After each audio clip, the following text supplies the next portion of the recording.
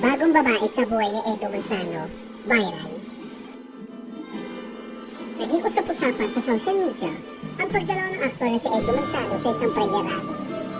Hindi lang dahil sa kanyang pakikibahagi sa okasyon, kundi dahil sa kasama nitong babae na tila bagong inspirasyon ng aktor. Sa edad na 70, hindi pa rin kumukupa sa karisma ng batikang aktor at host na si Edo Manzano. Bukod sa kanyang boses sa pag-arte, kilala rin si Edo sa pagiging aktibo pagdating sa mga usaping panlipunan at mahalagang kaganapan sa bansa. Kaya naman, hindi na bago sa publiko na makita siya nakikisa sa mga malalaking pagtitipon, kasama ang iba pang mga tanyag na personalidad. Pero sa kabila ng seryosong tema ng mga ganitong rally, tila hindi pa rin nakakaligtas sa mapanuring mata ng mga netizen ang personal na buhay ng aktor. Gaya na lamang na nangyari sa nakalipas sa weekend. Marami na intriga kung sino nga ba ang babaeng tila nagpapatibok muli sa puso ni Edo.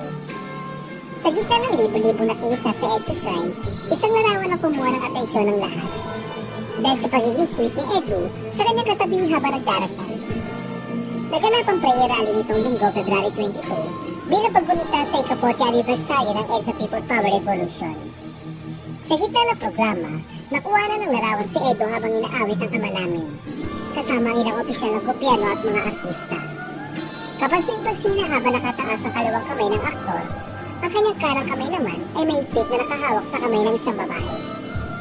Ayon sa ulat ng PEP.PH, ang nasabing babae ay si Ann Cusha, ang bagong girlfriend ni Edo.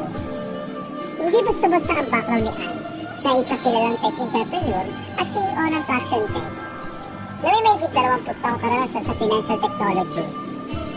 Inarawan din siya bilang isang tech genius at entrepreneurial millionaire na nagsisilbing anchor para sa Peanut Gallery Media Network. Bukod dito, ay kapansin-pansin na sobrang ganda rin ang bagong babae ni Edo.